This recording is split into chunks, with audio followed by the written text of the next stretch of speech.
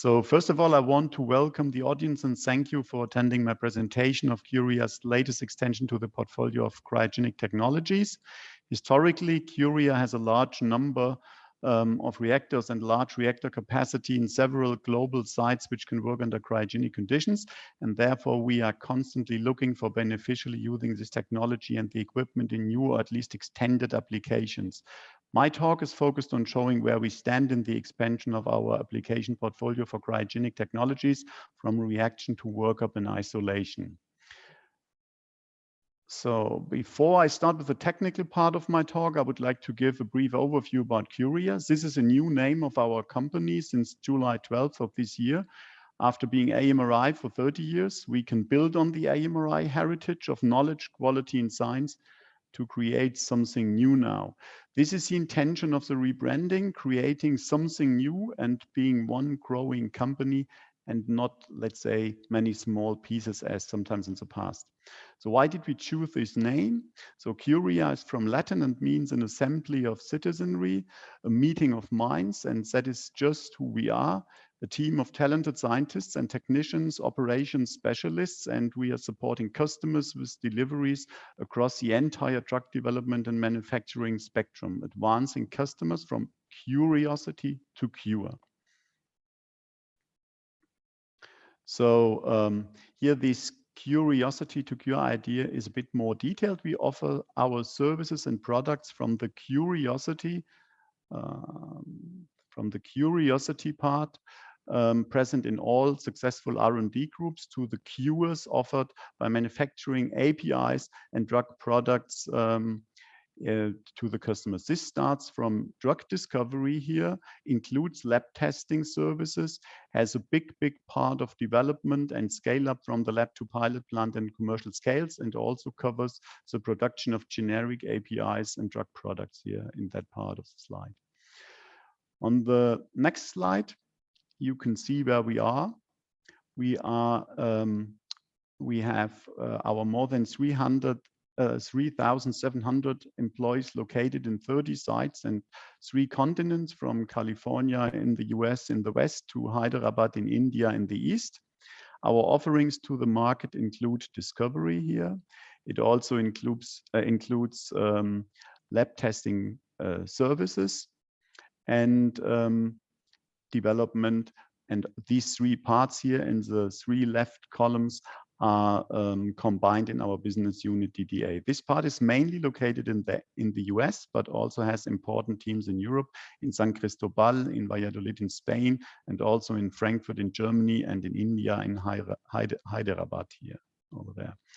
Our API manufacturing have again sites located in all 3 continents, but with strong European footprint here, including 6 sites in Italy, in Spain, in France, and in Germany, which can handle, for example, tetracyclines in Italy, steroids and hormones in Spain, or they can do sterile filtration in France. In the US, we have sites capable of doing large-scale manufacturing in Rensselaer and Springfield, and also a scale-up site in Grafton. Finally, we also offer drug products, mainly from the US and also from our UK-based site here in Glasgow.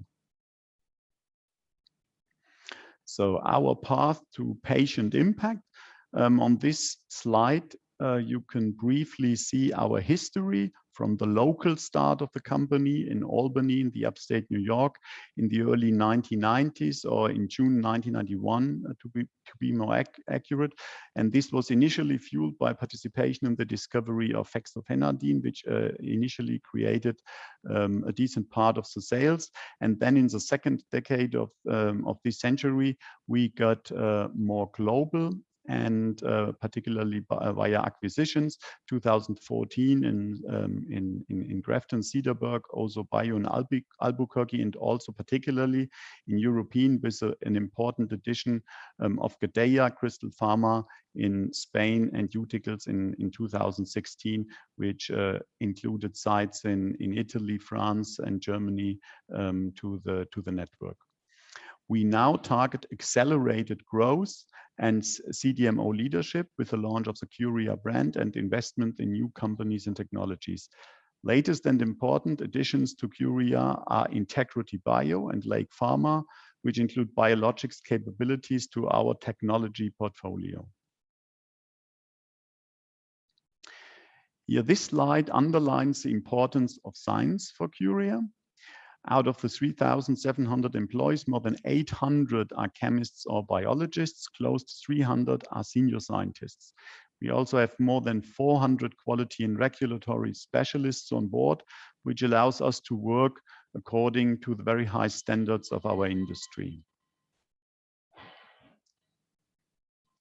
So on this slide, Curia's service platforms along the value chain of our industry are shown in a slightly more detailed way, starting from discovery, from target discovery here to lead optimization in the discovery space, services in all development services in all clinical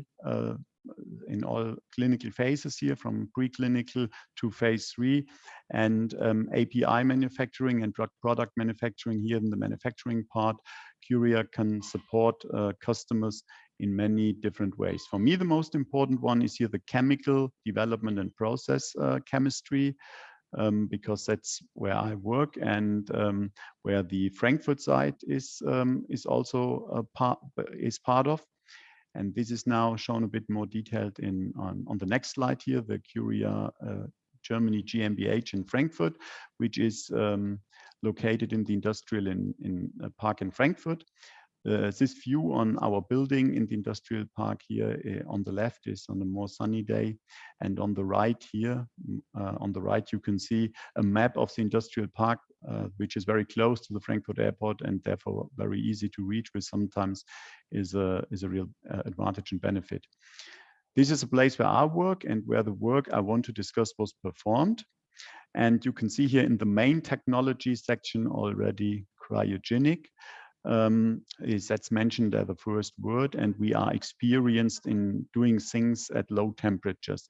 We also have other core technologies. Obviously, one is distillation, which is the last one here. I only mentioned that because that is a technology which can complement the isolation technologies I want to discuss on the next slides. So now starting with the technical part of the presentation, which covers deep temperature crystallization and melt crystallization as an extension of the cryogenic technologies from synthesis to isolation. In many processes to produce registered starting materials and APIs, key steps are workup and isolation. And at scales which are typical for clinical phases 2 and 3, so several 10 to several 100 kg, chromatography is very expensive, is a very expensive option, which is applicable only to rare exceptions, which leaves mainly crystallization and distillation as purification method of choice. For materials with a not too high molecular mass, distillation is frequently a good purification option. It's also one of the technologies I mentioned as our core technologies here in Frankfurt. If the melting point is well below 100 degrees, so that you can still apply warm water heating, and the boiling point is not too high. However, there's a need for an effective purification method for low melting solids or oils, which cannot be distilled because of too high boiling points or the lack of stability under the distillation conditions. So melt crystallization under deep temperature conditions can be an attractive option in this case, in those cases.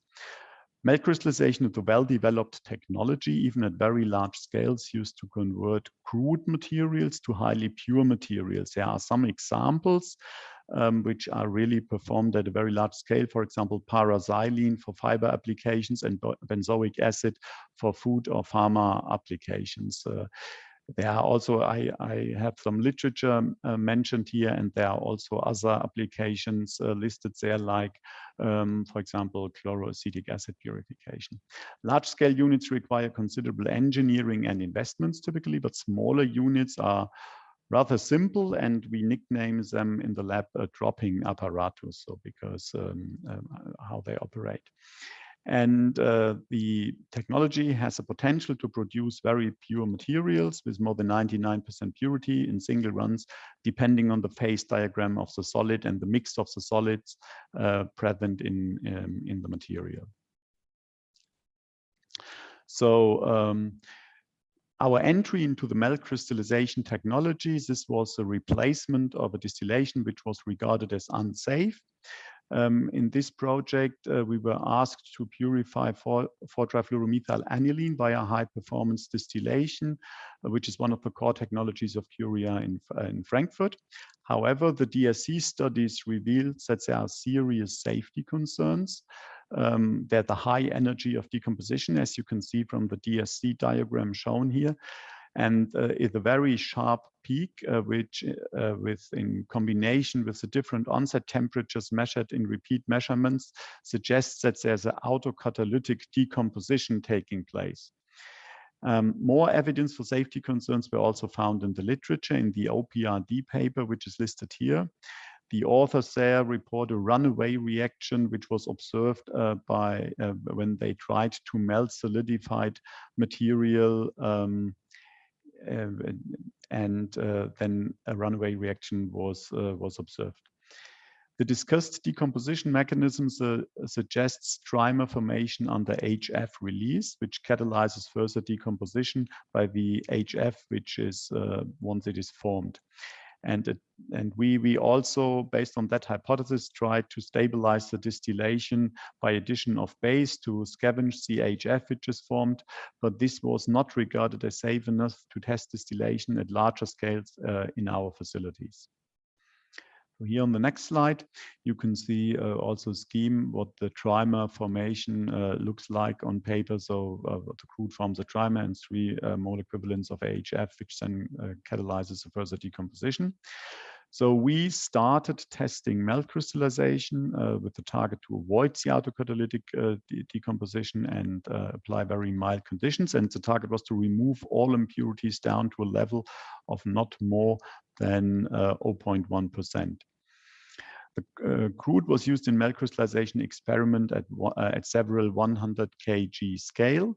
So this is one other big advantage of melt crystallization. The method is very volume efficient. So even in the lab, single experiments at scales of several 100 grams are possible. The melting point in this case is not really cryogenic, it's about 8 degrees centigrade. And we tested that at temperature ramp between 3 and 8 degrees centigrade.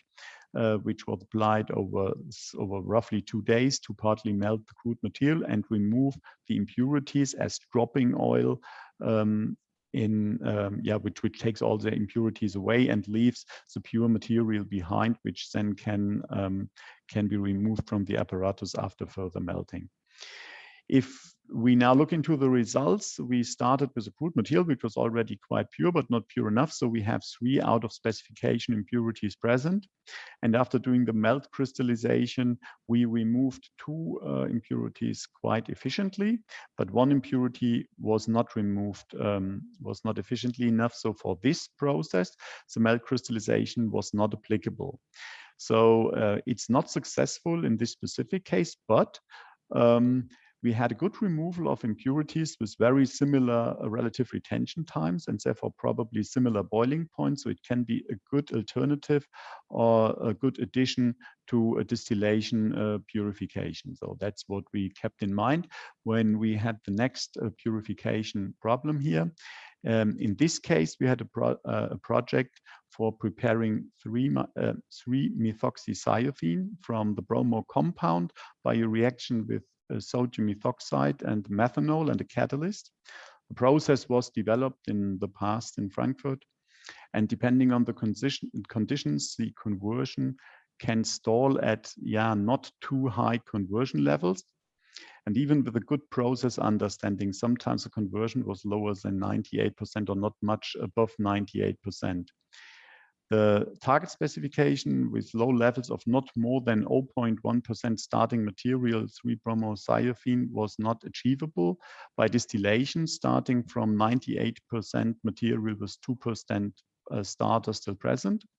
And even our high performance distillation equipment, a column with 100 theoretical place, was not suitable to remove the 3-bromothiophene. Maybe an azeotrope is formed, or for other reasons it was not possible, but yeah, the distillation in this case was not applicable. And with the learnings from the other process, we tried the melt crystallization. In this case, the melting point is considerably lower. Between -15 and -8, we did the temperature ramp. And by melting the material slowly, by freezing it slowly, melting it slowly, and then removing the impurities in the what we call dropping oil, a material with a purity of more than 99.8%, and in-spec levels of the starting material could be obtained. Because of the high volume efficiency of this procedure, we could run batches of several kg in 5-liter equipment in our lab or kilo lab. And the material we obtained was not only improved from an analytical standpoint, but also regarding the stability, because a crude product, which is already quite pure, tends to get colored at first bluish greenish and later very dark and black over time, even if oxygen is excluded as carefully as possible. The purified product remains almost colorless for longer periods of time. So there were also some purification effects present which were not really observable analytically. So this is a good fit to the high quality needs of our industry. And as I said, the process is also highly volume efficient, which is certainly beneficial. So then going to lower temperatures, because I started with cryogenic conditions and larger scales, we did a pilot plant isolation of a boronic acid ester, or boronic acid esters, I need to say. Boronic acids and boronic acid esters are core products for us in Korea, Frankfurt, and they are frequently used at registered starting materials, because the coupling is typically the next reaction, Suzuki coupling. The solubility of esters, mainly the pinacolates are used, are typically, the solubilities are high in organic solvents. Distillation can be sometimes used for purification. So this can be an option for products with not too high molecular masses, not too high boiling point and melting temperature. However, the relatively high distillation temperatures, which are typically required at best vacuum, can lead to decomposition, resulting in reduced product purities and distillation issues, because if there's decomposition, gases are formed, the vacuum gets worse, and then low temperature, the temperature further increases in the distillation. Based on our melt crystallization experience, we tried crystallization here, in this case from an organic solvent. So it was a quite concentrated solution of the boronic acid ester in an organic solvent. This was then crystallized out under cryogenic conditions. And we could isolate the materials in the pilot plant at very low temperatures. And after successfully implementing this to a smaller boronic acid in the kilo lab, we could do that at larger scale, several 10 kgs, and obtained very highly pure material by crystallization from organic solvents at -50 and below. So this is an extension of workup options for low melting materials, sensitive materials, or materials with high solubility in common solvents. So this can be quite attractive, in my opinion. And therefore, we also invested a bit in lab equipment to further test that and to be able to really test true melt crystallization under cryogenic conditions and very low temperatures, because this could allow extending the method to low melting liquids. And we have now powerful and very accurate equipment available, which allows a very well-controlled, slow warming heating ramps to optimize the conditions for melt crystallization and also low temperature crystallizations down to -80. So this is the cryogenic equipment we have. And here, this is a glassware we use for our tests. The equipment setup is used in the lab here to further test the technology. And important is that you can observe what happens in the glassware. And for that reason, we use triple mantle equipment to make sure everything can be examined visually during the heating freezing process.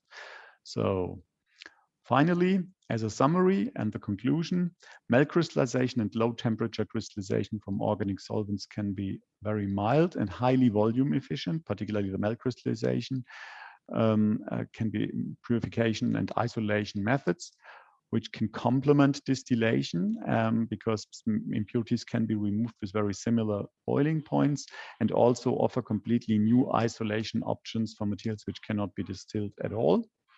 So also long established in the chemical industry for large-scale production of highly pure solid, these methods are not yet very common in the pharmaceutical industry. High achievable purities and mild conditions are particularly attractive in the pharma space. We have equipment in place for testing at lab scale, and first processes are also implemented at technical scale. So this is already the end of my presentation, and I would like to thank you for your attention.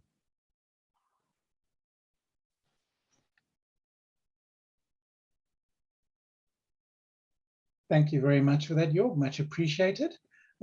This brings us to the question and answer section of our presentation. So the audience, if you could please put your questions into the chat function in the top right-hand corner of your screens. Those will come through to us, and then we can feed them through to Dr. Jung. Looks like we have received one question in the meantime. Let me have a look at it. It is, what was the largest scale of purification that you've applied this method to? So, sorry, I was not very specific about that in my presentation. I only mentioned a tenth of kg, so I can say it was more than 50 kgs in the 50 kg area. So it is already scaled to a quite decent scale, and so this is a typical batch size for us at the same time. So it's applicable at real pilot plant scale. Okay, thank you for that. We will just give it about 30 seconds to see if any more questions come through. If no more questions come through, then we will wrap it up. So let's have a quick wait. No, there's no more questions. Okay, well, that brings us to the end of our presentation. Jörg, thank you very much for your informative talk. We appreciate that. To our audience, thank you very much for listening to us. That's much appreciated as well. For those who are interested in the audience, you can feel free to reach out to Courier Germany on the platform afterwards, as they are on the platform. And after that, I would like to say, continue enjoying Chemspec Digital 2021 and have a great day further. Thank you very much, everyone.